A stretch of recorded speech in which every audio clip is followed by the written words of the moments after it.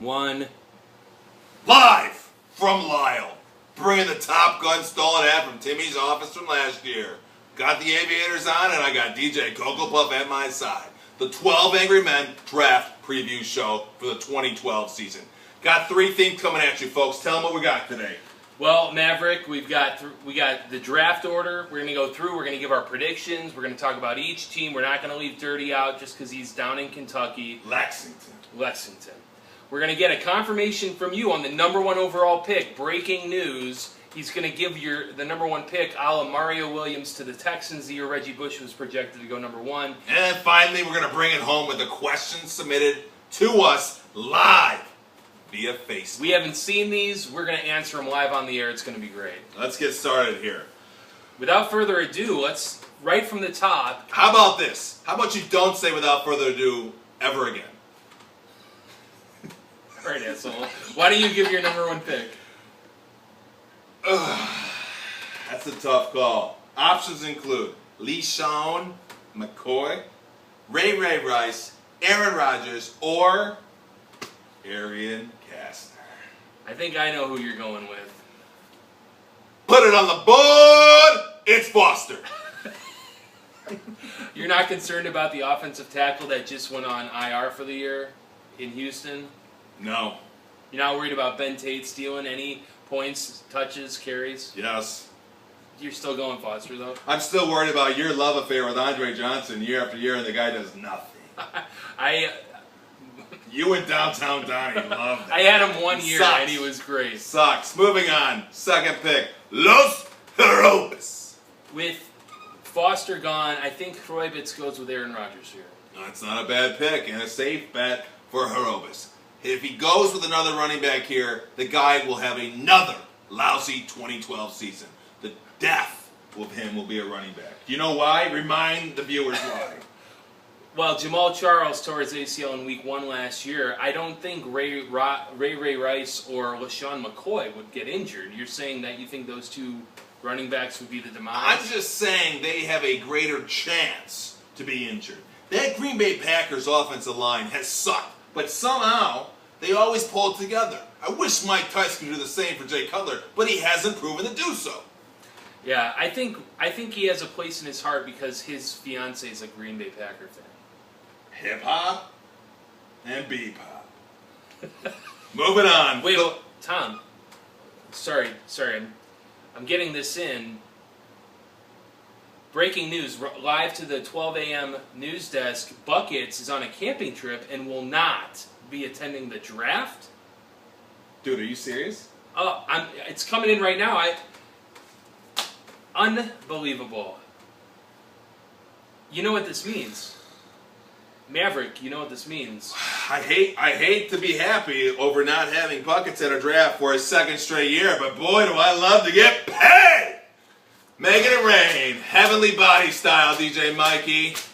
Buckets, you let me down again. I Woo! can't believe this. Woo! We made a preseason bet. Woo! I called it. Sure thing. I said that guy ain't gonna show up. He's too busy.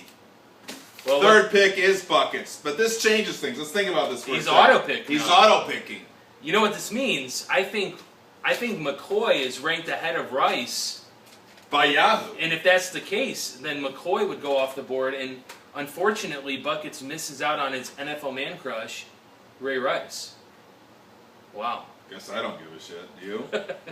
You can't make it a priority to be here, then fuck it. That's what I don't understand. I mean, this league, we got guys flying up from Florida on their own dime to show up to the draft. You got Dirty, who apologized profusely for relocating to Lexington for a new job. Let's remember, during our trophy presentation, which is about to occur, we want to hand off the trophy from last year's champion to this year. Much like they do at the Masters, where Tiger puts the green jacket on. And we don't have the incumbent. Well, enjoy your fucking camping trip, dude. Let's move on. Dirty Dolphins with the 4 pick. I guess he goes. He gets Rice. I think he gets Rice there. It's gotta be. All right. 5th pick, none other than you, Hurricane Cocoa Puff. Proud participant in the 2011 Natalie Shane Bowl. The 5th pick last year was SSL. He took Arian Foster, and he had a great draft. The 5th pick, I think, is a great spot to be in. Breaking news, I can confirm Megatron, Calvin Johnson at 5. Whoa. A wide receiver at 5?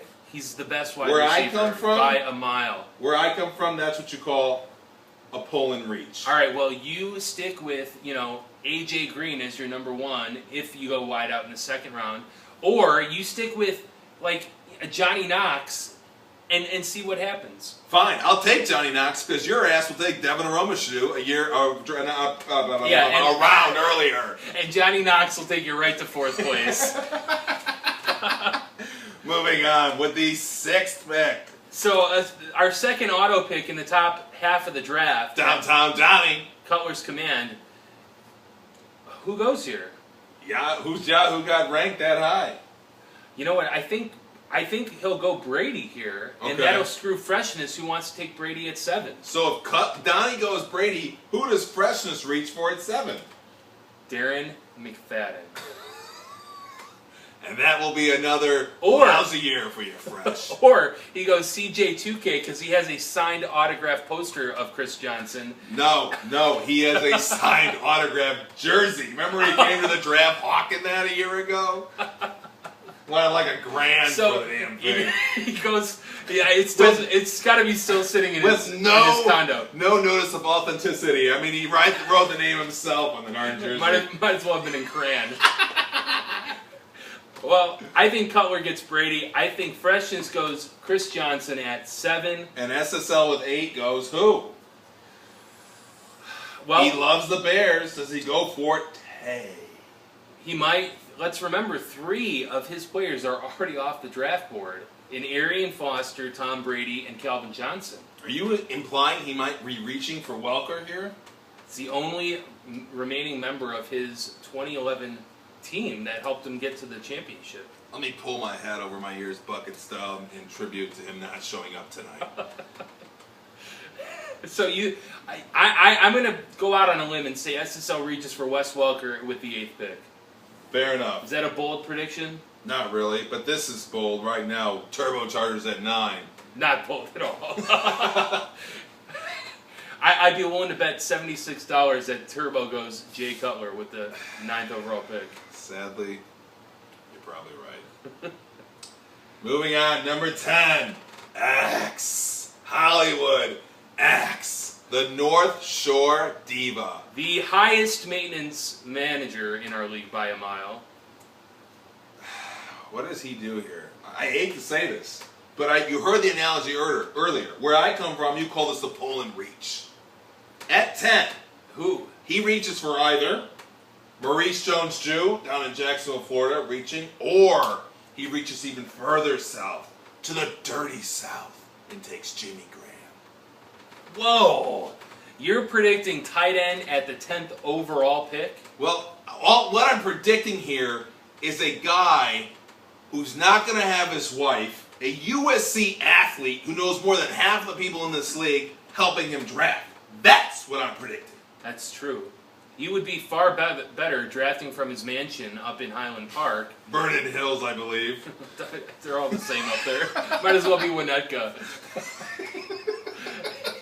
Because he can't bring the wife to the draft to help him because we have a no wives fiance rule. I don't know. I think he does go Graham. Now that you say that, it's a bold pick. He's gonna go for the tight end to take him to the promised land. It's gonna take him nowhere. And with the 11th pick, that leads us to none other than Romeo, the newly engaged manager, who let everyone know via Facebook. Does Jimmy Graham going at 10 prompt him to take Gronkowski at 11 and start that run on tight end? He's not that foolish, is he? No. I could see him reaching for a Matthew Stafford here. Yeah, not so much a reach. But if our predictions go correctly, Drew Brees will still be there for him. Or Will Forte. I think it's one of those. I don't think there's another wideout that would go in the first round. No. So no one worthy. And then we finish up with Turkish Delight in the 12th pick. Who's that again? Who cares? Moving on. Moving on, I'd like to take a moment and thank our sponsors. Today's both Bank of America, Charterwood Bank, and then Dunkin' Donuts bringing it to you here live from the 12 a.m. network. So, we are going to take some questions via Facebook, and we don't know what these are. We're going to answer them live on the air. So, Hold on, let me log in. I have that pseudo name that I use on Facebook when I do my Facebook stalking, i.e. Timmy Shaw style. All right, first question comes from Wisconsin. This is from, the Sticks. Will Ben Denwood ever pay up on the 2010 bet he made with Mr. Freshness, in which he lost, and he still owes him lunch? I think his actions today answer that question for itself. Absolutely not. I agree. Next question. Coming to you live from Hinsdale, Jade. Lee at Jade Palace? That must be a pseudonym for Jade Dragon. Could be. Freshness's favorite lunch spot. He makes love to egg rolls there, dude. And beef fried rice. The question is, will Fresh be watching his Sunday football at Jade Palace this year with egg rolls being given out for every Marshall TD? I could see that, because I could see Fresh taking Marshall in the first round. Now, did Fresh ever get their business checking account? I know he was chasing that DDA for like 5 years. Never. I can guarantee that. Talk about the lack of power. You know, maybe if he wasn't lounging around without a tie and he was out closing, he might be able to get that. But Part 2 of this question says, in what round will Freshness draft Johnny Knox? Oof. He does love his late round flyer in not so late of a round. I'm surprised. I could see him reaching for a retired Clinton Portis at this spot also. Oh, let's not even bring up Clinton Portis with Freshness. Next question. This one's out of Kentucky. Wonder who's asking this. Read it. Will the increased distance between Turbo and Dirty lower the intensity of their rivalry? I don't think so. Here's why. What I think this rivalry really is about, it's about egos. Two guys who love to think they don't like each other, but deep down they really do. I mean, one has a Napoleon complex and Tim Shaw. The other one now is down in Lexington, Kentucky. That distance doesn't matter. We've still got electronic mail. We've still got text messaging. And as we found out from this league, we still have Facebook. Smackboard rivals and schedule rivals, as you now see in the schedule that's finally done. These two will continue to be our Red Sox-Yankees, our Bears-Packers, our strongest rival in the league by a mile. What I really love about this rivalry, in a sense, is I loved how last year's Dr. Pepper spillage threw Turbo into a tizzy. The guy couldn't draft for shit. He tried to make up an excuse for why we couldn't have the draft here today, and that failed, obviously. And he was busy. He was going to Iowa or something. Yeah. Field of Dreams. Next question. If Los Herobes takes Ray Rice with the second pick, will Buckets forego a quarterback and running back and make Monster Megatron his third overall pick? Well, this question must have been in queue before Buckets broke our hearts and missed the draft again for the second consecutive year.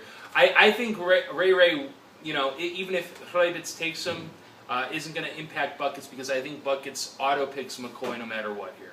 I think you're right. Nothing really to tell on that one. All right, number 3 here with Hollywood S. Preseason badgering and turbulence on the work front. Will this finally be the year that Tornadoes retires as league commissioner for good? Is he committed to the league? You know, year after year, you guys put me through hell, but I always come back. I resonate. What no one realizes is that you don't do anything. You're a figurehead for this league. You're like the Queen in England. You don't do any of the legwork, so of course you're not going to leave. You take all the glory and don't have to do any of the work. Well, if I'm a figurehead, what are you? I'm the nuts and bolts. I'm the glue that holds this league together. And it'd be nice if you guys showed some damn appreciation once in a while. Next question. Will the increased prize money affect the decision of so many managers to split the top pot before the championship? Let me talk about this for a second.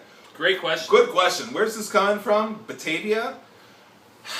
So what he's saying, guys, here is third place gets their money back at $75. Second place gets, I think, $225. Yeah. Third place gets $600. So what he's saying is there's that gap, right? That gap between first and second place. If the gap was smaller, they wouldn't be splitting the pot, but since it's larger, they may split the pot. Good question. My thought is no, it doesn't have an effect. Taking home $600 versus splitting $800 between 2, 4, and 6, that extra $200, that may help some guys buy engagement rings. Seems there are a few still left out there in this league, Mr. Freshness. I think the distance between first and second prize will discourage managers from splitting the pot as it did last year. That was our decision in doing so. Yes. Great question. Good question. Moving on. All right, so finally, they're looking to us as the commissioners for our expertise in some predictions. So the question first is, which top 10 pick according to Yahoo's pre-draft rankings will finish outside the top 10 at their position? Foster, Rice, McCoy, Megatron, Rogers, McFadden, Brady, Johnson, Breeze, Forte, etc. Who's Johnson? Chris Johnson. Oh, the guy that comes with autograph jerseys to our draft every year? CJ2K from 2010. All right, I get the question. Ideally, you would think Forte's numbers would be down this year based on the Bears going to go vertical in the passing game, right? I don't know why that's ideal, but yeah. Do you think Chris Johnson rebounds from a horrendous 2011 season in which I traded for him, got my ass raked over the coals, and he did nothing for me, dirty? He actually had over 1,000 yards quietly, but go ahead. Does Tom Brady rebound from that Super Bowl loss? Does Drew Brees handle the season without his head coach and mentor in Sean Payton? Does Megatron continue just killing it? You know, I don't think so. I don't think any of these players will finish outside the top 10 at their position unless an injury occurs. And I think Darren McFadden is the most likely candidate for that.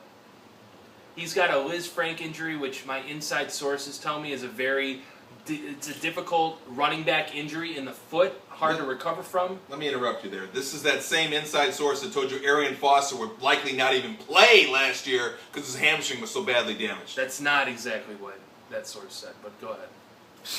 Are you telling me my insight's incorrect? Always.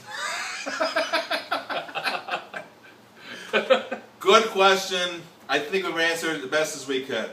So you think Calvin Johnson will finish outside the top 10 at his position? Yes. Okay. And you're predicting what? That McFadden will. Okay. Last question, guys, before we turn this over to a great draft for the 2012 season. Predictions on worst first-round pick, both from a manager perspective and the player. Okay, good question. I think it's obvious Freshness will be the worst. He's the worst at everything we do in this league. His first pick will probably be Michael Turner, and I think that'll be the worst by far. All right, so for me, from a manager perspective, I think the worst pick will be Turbo. Yeah, I forgot about him completely. Now, from a player's perspective, I think the worst pick will be whoever reaches, because the Pullman reach from the North Shore down, reaches south, right? Will be that whoever takes Graham or Gronkowski tight end. There's going to be some goof, some buffoon of this league that takes a tight end in the first round. Yeah, just like reaching across the proverbial Mason-Dixon line of I-88 from Highland Park, Maurice Jones-Drew, definitely. I agree with that. It could also be compared with whoever reaches across the stripper pole and grabs himself some titties. I don't even know how to respond to that. Well, guys, that's all we got. Good luck tonight. We wish you the best. It's going to be a great draft. SSL, thanks for making it. Dirty, wish I had you here. Buckets, good riddance at this point. Thanks, guys.